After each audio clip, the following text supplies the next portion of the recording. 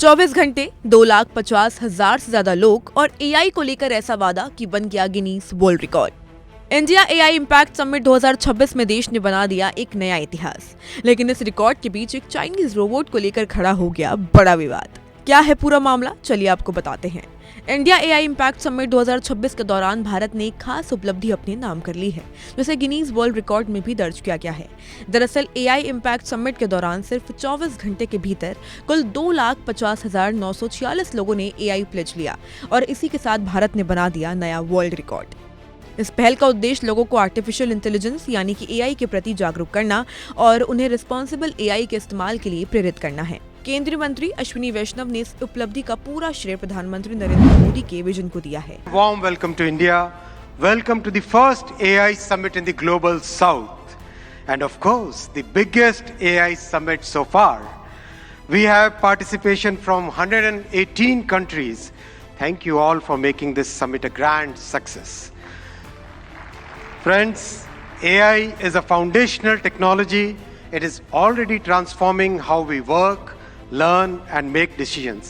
Our Honorable Prime Minister Shri Narendra Modi ji believes that the true value of technology lies in ensuring that its benefits reach the masses.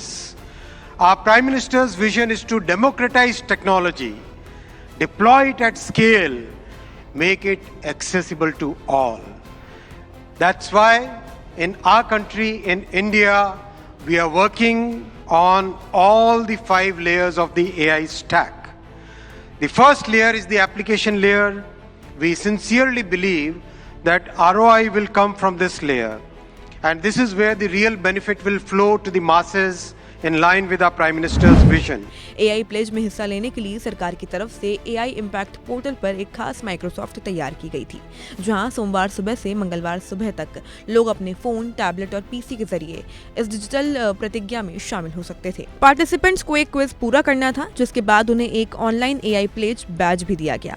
बताया जा रहा है कि India AI impact summit अब 21 फरवरी तक चलेगा। पहले ये इवेंट 20 फरवरी तक होना था, लेकिन बढ़ती भागीदारी और ग्लोबल इंटरेस्ट को देखते हुए इसे एक दिन के लिए और बढ़ा दिया गया।